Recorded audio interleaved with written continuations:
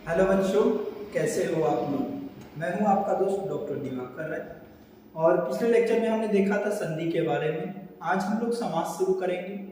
बच्चों, समास का जो बीएमएस जो फर्स्ट ट्रांजिशनल कैरिकुलम है उसमें आपके एग्जाम में 15 मार्क्स के क्वेश्चन टोटल आते हैं। कितने मार्क्स के बच्चों? 15 मार्क्स के, यानी 15 मार्क्स आपके फिक्स है इस जो समास पढ़ने के बाद। समास का क्वेश्चन कैसे आएगी वो मैं आपको बता देता हूं ताकि चीजें क्लियर हो। नंबर 1 क्वेश्चन ये पूछा जाएगा कि समास क्या है, उसको एक्सप्लेन कीजिए विद टाइप, 5 और 10 मार्क्स। दूसरा क्वेश्चन ये पूछा जा सकता है कि इसमें से जो टाइप्स ऑफ समास है, जो समास की जो टाइप्स है टोटल, जो ये समास की जो टाइप्स आपके स्क्रीन पे दिख रही है, इसमें से कोई एक समास को लेकर के कहेगा कि इसको एक्सप्लेन कीजिए, तो आपको इसको एक्सप्लेन करना होगा 5 मार्क्स में। तीसरा क्वेश्चन का पैटर्न क्या रहता है कि समास दिया जाएगा, ठीक है, और ये पूछा जाएगा कि ये कौन सा समास है, यू कैन आइडेंटिफाई।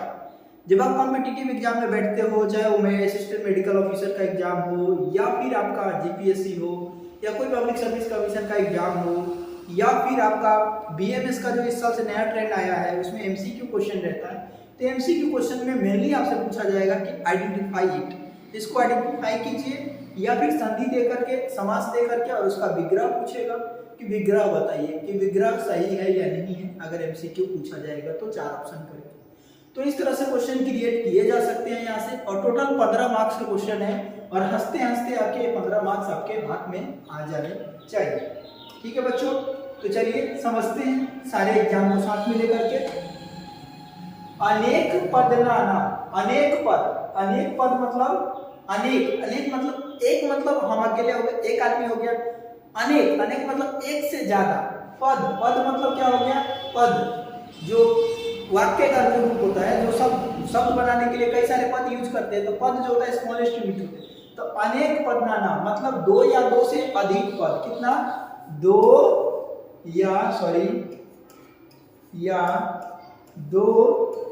से अधिक पद। कितना पद? 2 या 2 से अधिक पद। दाना मतलब 2 या 2 से अधिक पद को एक ही पद भवन, मतलब भवन मतलब निर्माण करना, एक पद बनाते हैं। 2 या 2 से अधिक पद को अगर हम एक पद बनाते हैं ना, तो उसको हम क्या बोलते हैं बच्चों? समास बोलते हैं। समझ में आया? मतलब 2 या 2 से अधिक पद को मिला करके अगर एक पद का निर्माण करते हैं उसको हम समास बोलते हैं। फिर दूसरा जो है लघु सिद्धांत कामुदी का ही ये दोनों लाइन है, समसनम समास, मतलब 2 चीजों का सम करना। सम मतलब होता है जोड़ना, योगम करना, मिलाना। तो 2 चीजों को जब हम जोड़ते हैं तो उसको हम लोग क्या बोलते हैं बच्चों? समास बोलते हैं। अब भैया 2 चीजों को जोड़ेंगे तो उसमें जो विभक्तियां होगी उसका लोप हो जाएगा। स्वाभाविक बात है, जब 2 चीजें जुड़ेगी तो दोनों के बीच की जो विभक्ति होगी, दोनों के जोड़ने के समय जो विभक्ति होगी उसका लोप हो जाएगा। अब इसका एग्जांपल से हम समझाते तो आपको समझ में आएगा। दशरथस्य, दशरथस्य मतलब दशरथस्य, दशरथ की जो छठी विभक्ति है, ठीक है, दशरथस्य पुत्र मतलब दशरथ के पुत्र। तो इसमें क्या कर दिया, जो अस्य जो विभक्ति थी इसका लोप करके दशरथ पुत्र कर दिया गया। क्या कर दिया? दशरथ पुत्र। तो ये जो बन गया ना बच्चों, ये जो हो गया आपका समास हो गया। क्या हो गया बच्चों? ये आपका हो गया समास। समझ में आया? क्या हो गया? ये हो गया आपका समास, और ये जो हो गया विग्रह। तो कई बार आपके 2 मार्क्स में ये पूछे जाएंगे विग्रह क्या है, यू कैन एक्सप्लेन 2 मार्क्स में विग्रह, ऐसा पूछा जा सकता है ना।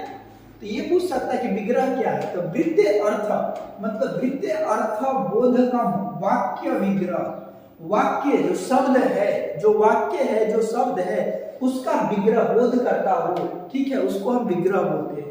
जैसे जो वाक्य है उसका वृत्तीय अर्थ बताता हो, जिसका अर्थ बताता हो, जो शब्द का मतलब है।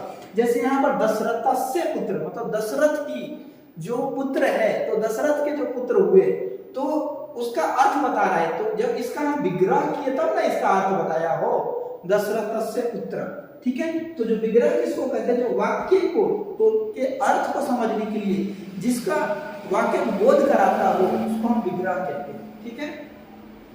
अब मैं आपको बताता हूँ, यह पीजीटी के क्वेश्चन है, आप समझिएगा, आप लोग भी पीजीटी का एग्जाम दोगे, कोई नहीं पढ़ाता संस्कृत अच्छे से, ठीक है, बहुत अच्छे से समझ लीजिए, हर एक चीजों को समझिए। यहाँ पे कई बार एग्जाम में ये पूछा गया है, 2 बार एग्जाम में पूछा गया है कि समास कितने टाइप्स ऑफ समास, 5, 6, 7, 8, 9 ऐसे करके ऑप्शन दिया हुआ था। मैक्सिमम बच्चों ने 9 ऑप्शन टिक किया है, क्योंकि बहुत सारे संस्कृत के बुक में भी 9 टाइप दिया गया है। लेकिन लघु सिद्धांत कौमुदी में जो वरदराज जी महाराज ने लिखा है, उस लघु सिद्धांत कौमुदी में बहुत अच्छे से बताया गया है कि जो समास पच्चधा, इस लाइन का मतलब समझिए, समास पच्चधा, और लाइन है वो पच्चधा। पच्चधा का मतलब 5 टाइप के होते हैं समास। कितने टाइप के होते हैं समास? 5 टाइप के होते हैं। और ये बात किसने कहा है? लघु सिद्धांत कौमुदी में लिखा है। तो आपको कोई भी कॉम्पिटिटिव एग्जाम में पूछा जाए कि समास के कितने टाइप है, तो आपको बेझिझक होकर के 5 टाइप मारने हैं, 5 टाइप टिक करने हैं, कभी गलत नहीं होगा।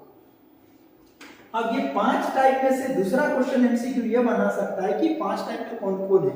तो केवल समास, अव्ययीभाव समास, तत्पुरुष समास, द्वंद्व समास और बहुव्रीहि समास।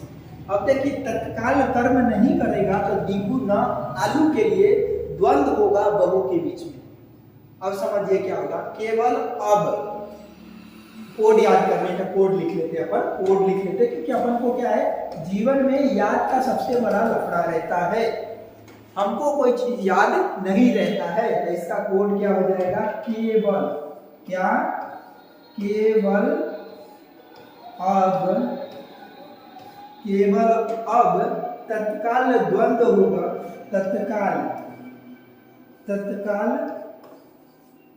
ठीक है, तत्काल कर्म नहीं करेगा, कर्म नहीं करेगा तो नहीं करेगा तो दिगु आलू, दिगु आलू, दिगु आलू द्वंद्व बहु के बीच में होगा, द्वंद्व बहु के बीच होगा। इसको बस आप लिख लेना, होगा मतलब समझ लीजिए, केवल, केवल मतलब केवल समास, अब मतलब अभी के समय में, अभी के समय मतलब अव्ययीभाव, तत्काल, तत्काल मतलब तत्पुरुष, ठीक है, कर्म, कर्म नहीं करेगा, तत्पुरुष में कर्म नहीं करेगा, तो कर्म नहीं करेगा तो क्या, कर्म नहीं करेगा तो क्या होगा, दिगु नहीं, नहीं मतलब नव्य समास, दिगु आलू, आलू का समास, द्वंद्व होगा किसके बीच में, बहु के बीच में। 2 बहु होती है एक घर में, मान लो इसके घर में कितने बहु है, 5 बहु है, समास के घर में कितने बहु है, 5 बहु है। अब 5 बहु में से एक बहु काम करेगा और बहु काम नहीं करेगा, तो क्या होगा, बहुओं के बीच में, अब के पहले के समय में चल जाता था, लेकिन अब के समय में क्या होगा, अब के समय में केवल अब तत्काल कर्म नहीं करेगा तो दिगु के बीच में क्या होगा, दिगु आलू, दिगु आलू द्वंद्व बहु के बीच में होगा, द्वंद्व मतलब लड़ाई, बहु के बीच में होगा। ठीक है बच्चों, तो ये सारी चीजें मैंने आपको याद कराया, अच्छे से याद करके रखना, यहाँ से आपके क्वेश्चन आने ही आने हैं।